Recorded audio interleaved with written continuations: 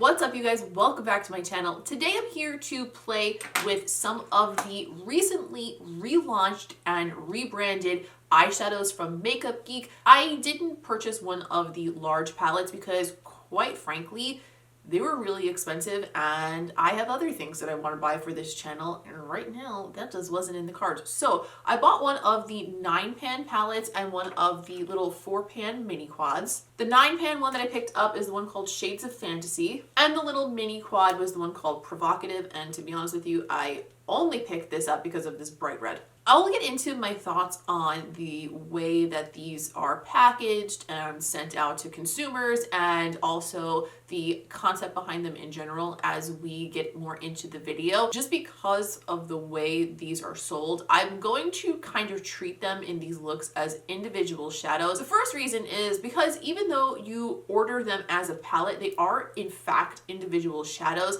And the second reason is because there are so many combinations of these shadows that launched at one time.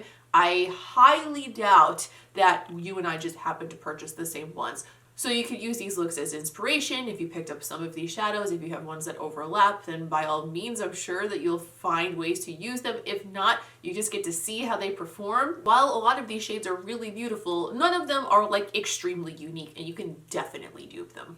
So we're gonna get right into it. I'm gonna start doing this look first. Don't forget to leave a like on this video if you don't mind taking a second to do that. If you're new around here, don't forget to subscribe because it'd be fantastic to have you around for more videos. I would really enjoy it. Book club information is in the description down below. I think that's it. So let's just get into look number one with the new Makeup Geek eyeshadows. Before I even start with creating a look with these shadows, which by the way, looks stunning in person, I have a few criticisms just on how the new system, the whole rebrand works overall. So I'll insert some footage here of me opening the package. What I wasn't expecting, especially at this price point, is to pick out these palettes based on what I liked on the site and the arrangements that they had, and then to have to unbox each individual shadow and then arrange them into the magnetic palette myself. I realized that that's actually a pretty common way to do it. I know ColourPop does it as well, but the way it was presented on the site, along with the fact that you're paying a decent amount of money for it, I just feel like it would be a lot better user experience if I could just take it out of the box and use it. I know that maybe it's more cost effective for them, but these are not cheap, you know what I mean? So it's not, I don't want to feel like I'm DIYing my eyeshadow palette when I pay that amount of money. $32.99 is not super expensive for a 9-pan palette, but it's not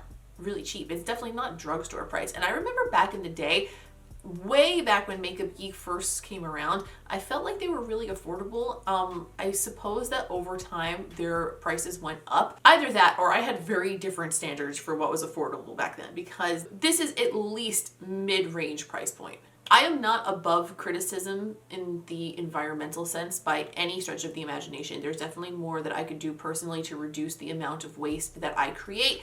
However, I can recognize when something seems like it's an over-the-top, unnecessary, wasteful way to do something, and this amount of packaging that is immediately discarded after unboxing the eyeshadows before I will ever even use them even one time feels like a lot to me.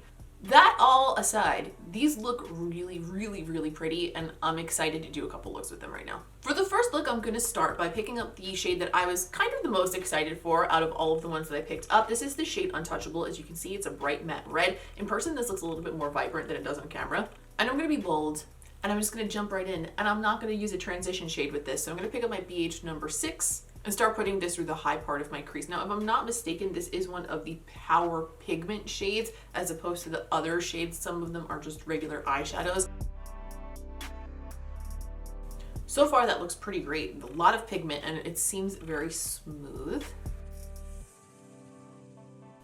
Okay, blends really nicely too. Okay, Marlena, I see you, girl. Next, I'm gonna pick up this shade, Give Me the Dirt. It looks like a nice deep warm brown, so I think it'll be great for deepening up the crease with this red shade. And I'm just gonna deepen the crease with that a little bit.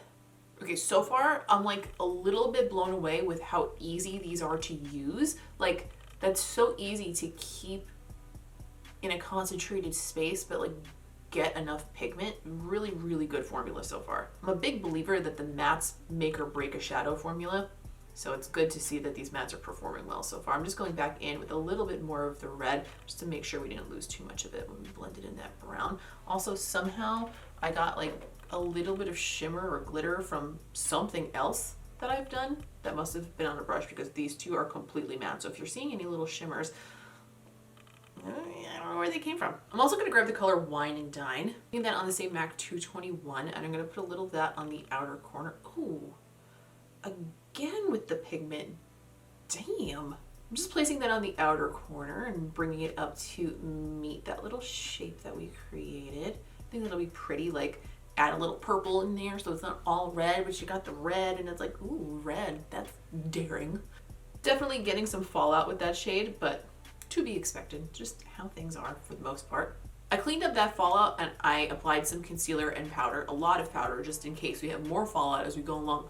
You're probably thinking, Nicole, you didn't finish the top of your eyeballs yet. What the hell are you doing? Why are you skipping steps out here? What are you doing? I want to try something today. I want to do a little cut crease. I know, do a lot of cut creases, but whatever, they look good, so it is what it is. But I wanted to try a shape that I've seen a few people do. I've seen it a lot, but the one that stuck out in my head that I've seen recently is Mama McDonnie on Instagram. If you're not following her, by the way, she is one of the most amazing artists that I follow on there. She's incredible. I will link her stuff in the description down below. Basically, there's just a cut crease on the inner corner, but that it wraps around like to the underneath side of your eye. I'm gonna wipe away a little bit of this powder along the inner corner area just to make sure we don't fuck things up. I'm gonna grab my NABLA cut crease brush and my concealer, and we're gonna just have a blast. And by have a blast, I mean hope to hell we don't screw this up.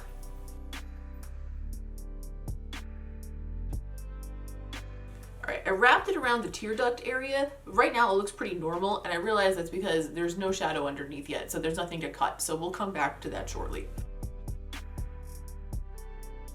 I'm going to use the shade Medieval on this MAC 242S brush. You guys know how much I love combining these turquoises and like deep reds and stuff. It's like right up my alley. This is the first shimmer we're using, so I'm going to try it dry just to see how it performs. I'm going to pack that on the inner corner of that cut. Ooh. Oh, she is pigmented and she is intense. I'm going to bring that all the way to the center of the lid. I want that turquoise to be like a prominent feature of the look. On that same brush, I just wiped it off a little bit. I'm gonna pick up the shade Mystical and I'm gonna put that next to that and blend it into that purple. Ooh, it already looks really creamy and stuff just from picking it up from the pan.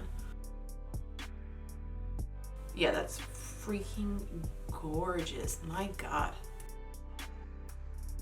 All right, I already practiced what I was thinking partially on this side because I wanted to make sure that I was doing it right before I showed you guys how to do it, you know what I mean? But I think we got a system. So I'm gonna go back into the red shade Untouchable again, this time on a pencil brush. I'm just gonna drag it all the way underneath my lower lashes and I'm gonna bring it down fairly low. Because we're bringing that concealer cut like around the inner corner, I wanna make sure that there's a color for that to like juxtapose, otherwise it's just gonna look like eyeshadow. What I'm gonna do is take this little lip brush, I'm gonna take my concealer again, and I'm gonna just use the shape of the lip brush because it's like that same curved, flat shape as a brush we would normally use for a cut crease, but teensy weensy, weensy, weensy, weensy. The concealer might overlap a little bit with the shadow I already have down, but on this side, I layered it back over it and it was totally fine.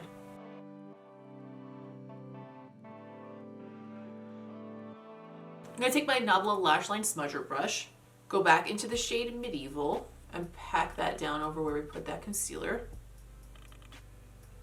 And what I'm also going to do, I did a little bit on this side, is add some of this Heavy Metal Glitter Gel from Urban Decay. It's a similar color to Medieval, and I think it's a cute little touch, add some texture to the look. So I'm just going to take that on the same NABLA Soft Dabbage Smudge brush. I'm not picking up too much of this because I don't want it to be a lot of glitter, and these can be very intense. So I'm just going to put that like right in the middle of that turquoise shade. I also picked up a few of the new Fenty pencil eyeliners, and there's a bright red shade. This is called Cherry Punk, and I think it's gonna look so cool in the waterline with this look, so I'm gonna use that. Ooh, these are a little thick looking for eyeliners. Glide it on, wow.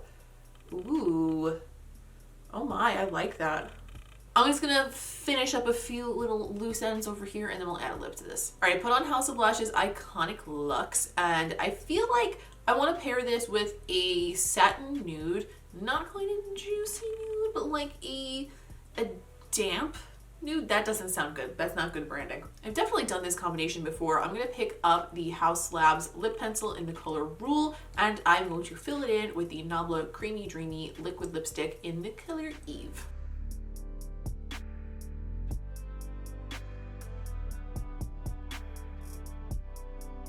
And this is the first look.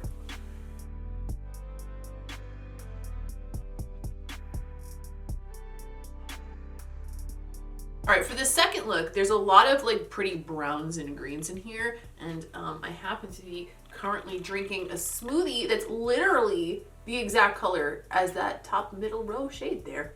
Would you look at that? It doesn't taste that good, I'm gonna be honest with you. Health. So to start this look, I'm gonna grab Creme Brulee, which is actually one of the Makeup Geek shades that I owned from their original shadows back in the day. I didn't have a lot of them. I had Creme Brulee, I think I had Chickadee, and I think I had Cocoa Bear, which has been renamed to Cheetah Bear, which I have in this that I actually am probably gonna use in this look as well. So I'm gonna take Creme Brulee, I'm just gonna put that through my entire crease. It's gonna give us just like a little bit of softness to blend things out into, but also it's going to set the primer that I put down because it's creasing a little bit on me right now.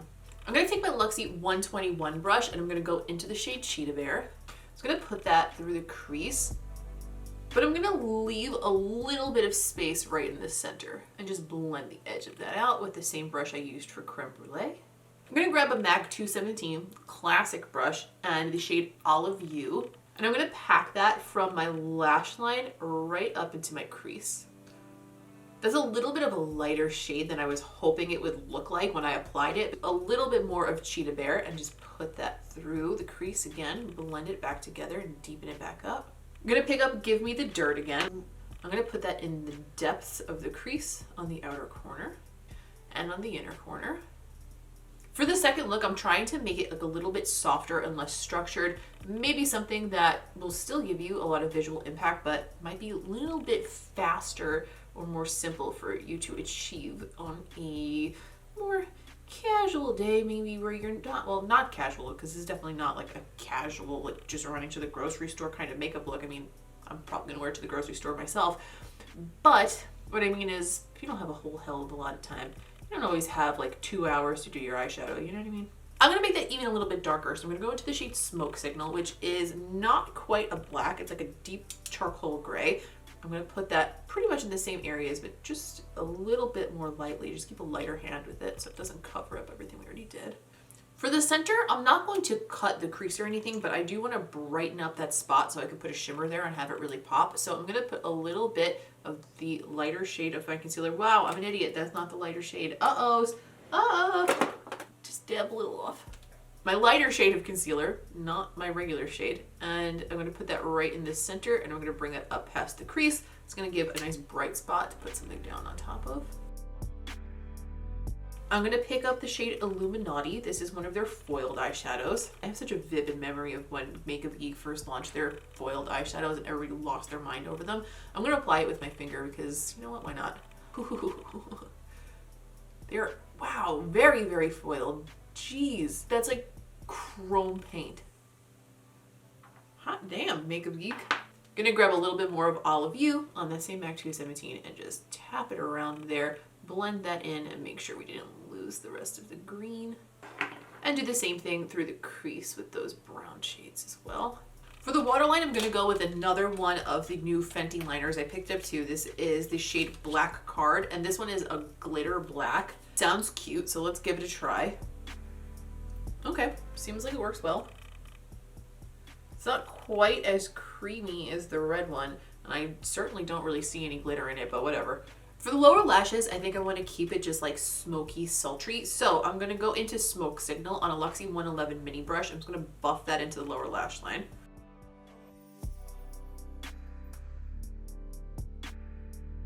The only thing I'm noticing is that the green shade Olive You kind of tends to blend away and get kind of overtaken with the colors around it. It's not really doing as much for me as the other colors have been so far. I'm gonna grab a LUXE 141 mini and I'm gonna go into the shade Starry Eyed, it's just a shimmer champagne shade. Pop that on the inner corner. Oh, that's so nice. Executive decision. I'm also gonna put that right in the center of the lid too, because fuck it, why not? Hell yeah. Chef's kiss. All right, for the lip, I think that it would be gorgeous to pair this with like a not quite bright red, but like a slightly muted red. And I have just the thing, because this is the red I've been wearing a lot lately. It's one of the NABLA Creamy Dreamy lipsticks. Again, this is Mood for Love. I've worn this in quite a few looks before, but today I'm gonna pair it with the Auburn lip pencil from MAC. Generally, I pair it with burgundy, so that way it's just like more toward true red and like a little bit deeper, but this is more of like a muted red and a little bit deeper, and I think it's gonna go really nice with this, so that's the plan.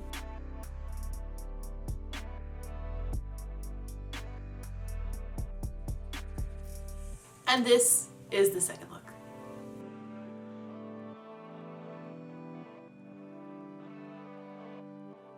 So my thoughts are these eyeshadows are absolutely beautiful, but I think that I have some preferences as far as the different formulas. So the Power Pigment seems to be my favorite formula as far as the mattes are concerned. The regular matte eyeshadows were also very good, but they weren't as pungent.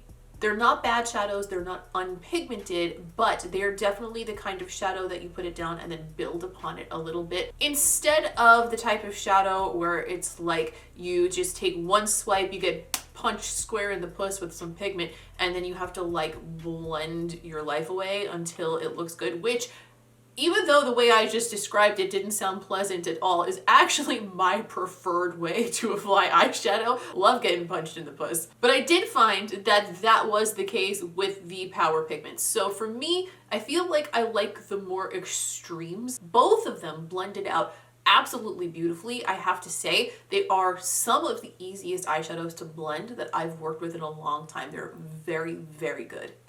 Now, as far as like the whole rebrand and the system are concerned, like I said earlier, I'm not super crazy about everything coming in individual packages and then you put them into the palette. If I'm gonna buy an arrangement and have it in a palette, I would rather just buy an actual palette than like single shadows that I have to assemble myself, but that's just my personal preference. I like the idea of like building my own palette, but that's a little bit different than this, if that makes sense. However, the magnetic palettes themselves are really, really great quality. The smaller ones don't seem quite as luxurious as the 9-pan ones, because the 9-pan one has this nice metallicized cover and this is clear, but I also do like it being clear because I can see what's in there and remember what color it is. So kind of 6 in one, half a dozen in the other scenario there. Overall though, I think that this is a very, very successful relaunch in the sense that it is really, really great quality. And I'm very excited to see what Makeup Geek does in the future because, quite frankly, I've missed them. Leave me a comment down below. Let me know, have you tried them? Did you used to love the old Makeup Geek shadows? Are you excited to try these new ones? Have you picked up anything else from them? Please don't forget to leave a like on this video if you enjoyed it. And if you enjoyed this video and you're not yet subscribed, go ahead and do that, because you know what? I drank the majority of this really disgusting smoothie. And you know why I did that? So that I can be healthy and live a long time, so that I can keep making videos forever and ever and ever. Why would you not want to stick around for that level of commitment? Am I right? If you would like to keep up with me between these videos, go find me on Instagram. I'm at Ms. Quinface. That brings us to the end of today's video. Thank you so much for taking the time to hang out with me and talk makeup today. I always say this, but I always mean it. I appreciate each and every one of you for taking the time, and I will see you in the next one.